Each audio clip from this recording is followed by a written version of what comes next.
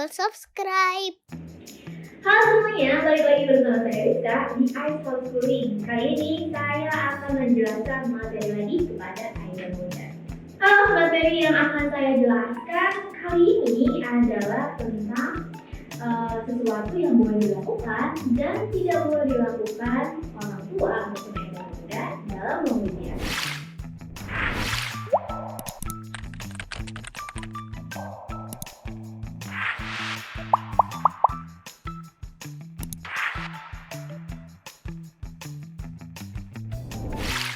Sebelum Bunda bertepuk tangan dan melontarkan sebuah pujian, ada beberapa nih sesuatu yang boleh dilakukan dan tidak boleh dilakukan yang perlu diingat dalam memberikan sebuah pujian sebagai salah satu cara untuk mendidik anak-anak Aida Muda. Daripada mengatakan kamu pemain bola yang hebat, katakanlah kamu menendang bola sangat keras dan kamu jadi pemain belakang yang bagus. Nah, pujian spesifik jauh lebih baik dan membantu anak untuk mengidentifikasi nih kemampuan khusus mereka. Kemampuan memungkinkan secara spesifik, katakan ibu suka cara kamu warnai tiap sudut gambar atau kombinasi warna yang kamu pilih sangatlah bagus. Nah, pujian deskriptif seperti ini membuat anak-anak itu mengerti kenapa sih ia mendapat pujian dari bundanya atau dari ibunya. Dan ketika tindakan sesuai dengan pujian, anak-anak juga bisa nih membedakan antara pujian palsu dan yang sesungguhnya. Lagi pula nih ya, anak-anak tidak butuh pujian untuk tiap hal yang dilakukan. Dorong segala aktivitas baru, puji anak-anak Aida Muda karena ia mau mencoba hal-hal yang baru, seperti belajar mengendarai sepeda atau mengikat tali sepatu. Dan tidak takut nih untuk melakukan segala kesalahan. Cobalah untuk tidak berlebihan ketika memuji tentang atribut anak. Contohnya nih ya, kamu pintar, ganteng, cantik, cerdas, dan berbakat. Nah, para orang tua tentu kerap kali melakukan hal ini. Memang tidak apa-apa sih ya jika sesekali memberikan sebuah pujian kepada anak-anak kita mengenai atribut pada anak-anak. Tapi nih ya, bila anak-anak sering mendengar pujian ini akan terdengar kosong dan punya arti yang sangat kecil bagi mereka.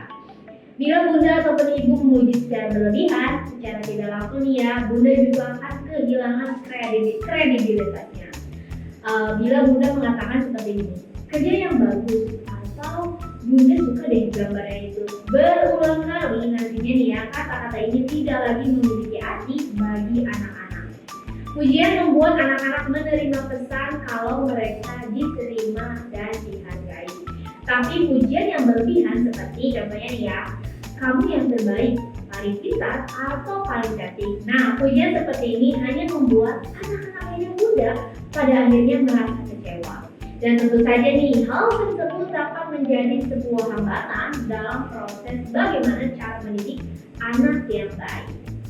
Beberapa ahli juga nih mengatakan memuji berlebihan bisa membuat anak-anak ini merasa tertekan untuk melakukan sesuatu dan cenderung untuk selalu mencari persetujuan dari orang lain. Tapi nih ya, bila Bunda sering memberikan dorongan dan memberi pujian di waktu yang tepat, anak-anak akan merasa lebih percaya diri. Karenanya nih ya, berikanlah pujian ketika anak-anak memang bersungguh-sungguh. Katakan nih ya, kerja yang bagus, atau kamu berusaha sangat keras di ujian ini. Ketika anak-anak telah melakukan yang terbaik, katakanlah juga kepada anak-anak Aida Muda kalau Bunda melihat usaha keras mereka. Ini juga membantu nih anak-anak untuk selalu menyadari kalau Bunda mengetahui perbedaan antara kapan mereka bekerja keras untuk mencari sesuatu dan kapan nih anak-anak untuk memperoleh prestasi dengan sangat mudah. Ketika orang tua berlebihan memuji anak, banyak nih ya orang tua mengalami kesulitan ketika memuji anak-anaknya yang dianggap sebagai cara mendidik anak yang baik. Lalu apa sih pujian akan dianggap terlalu berlebihan dan terlalu sedikit? Apakah kuantitas pujian lebih penting daripada kualitas pujian sendiri? Meski tidak ada nih formulanya, para ahli juga sangat memahami kapan, Gimana dan bagaimana cara nih untuk memuji anak menjadi hal penting dalam meningkatkan rasa percaya diri anak secara sehat. Ayah dan bunda atau orang tua juga bisa nih biasanya memuji anak ketika mereka ini berprestasi bagus di sekolahnya, menang pertandingan bola, atau berhasil membangun istana dari pasir. Ayah dan bunda juga bisa nih melontarkan sebuah pujian atau apapun itu yang terlihat luar biasa.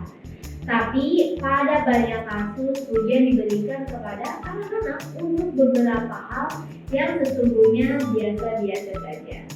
Jen Berman, seorang terapis dan penulis buku berjudul The Art to Get With Rising Happy and Confident Kids, mengatakan ya, orang tua ataupun ayah dan bunda cenderung berlebihan dalam memuji anak.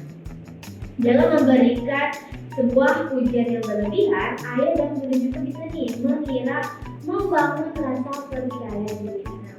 Padahal nih ya, yang terjadi bisa sebaliknya.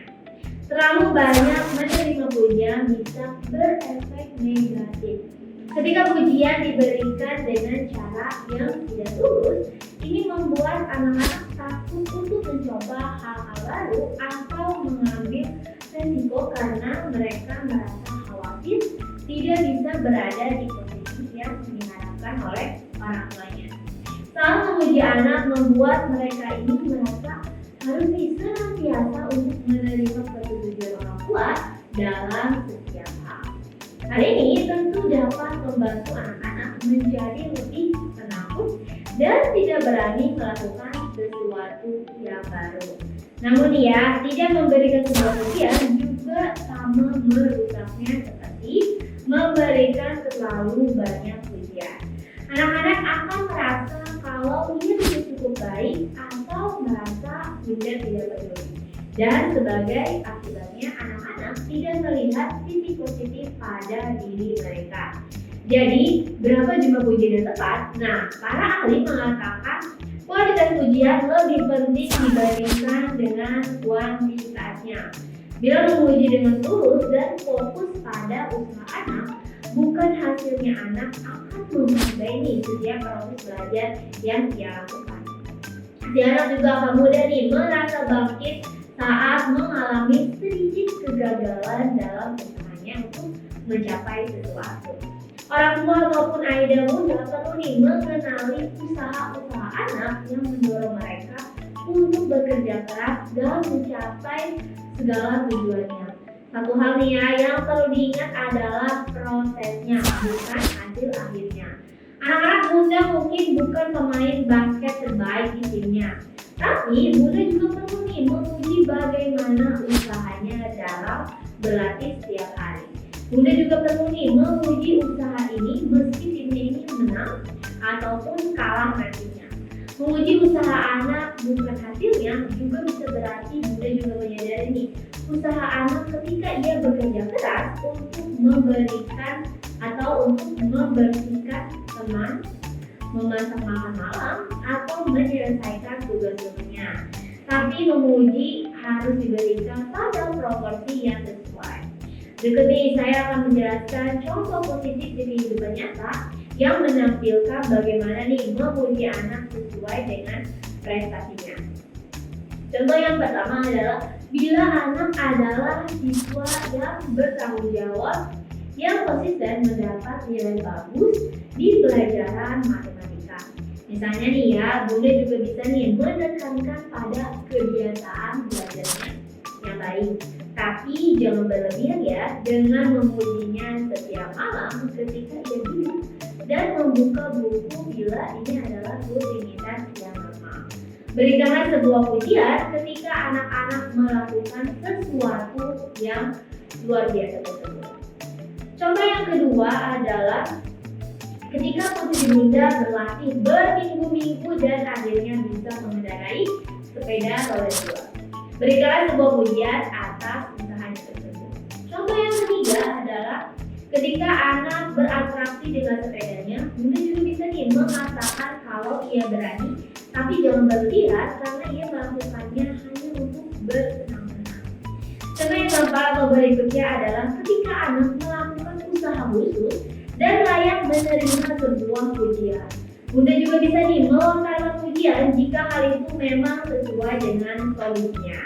Tapi nih ya, para ahli sepakat untuk menghindari memuji anak dengan imbalan uang. Sampai yang kelima adalah Bunda tentu ingin nih anak-anak menjadi pribadi yang mudah termotivasi. Bila Bunda mengatakan kalau kamu dapat nilai bagus, kamu akan mendapat uang 50.000. Ini berarti Bunda menciptakan situasi di mana anak-anak termotivasi oleh uang, bukan oleh rasa positif dari keberhasilannya. Contoh yang keenam atau yang terakhir adalah meski penawaran insentif bukan ide yang tepat, Bunda perlu nih melihat kesempatan untuk merayakan kerja keras anak dan prestasinya. Keluar untuk makan es krim atau makan di luar setelah menerima rapot yang bagus, jadi merupakan cara yang baik nih untuk merayakan kerja keras anak. Nah, itu dia tips-tips yang sudah saya berikan. Semoga ayah dan bunda atau sahabat akses bisa mengambil manfaat dari informasi yang saya sampaikan. Terima kasih, sampai ketemu di video-video yang akan datang. Belajar itu menyenangkan. Jangan lupa subscribe channel ini. Dengan subscribe, insya Allah Anda akan mendapatkan materi edukasi dari kami setiap kami melakukan upload.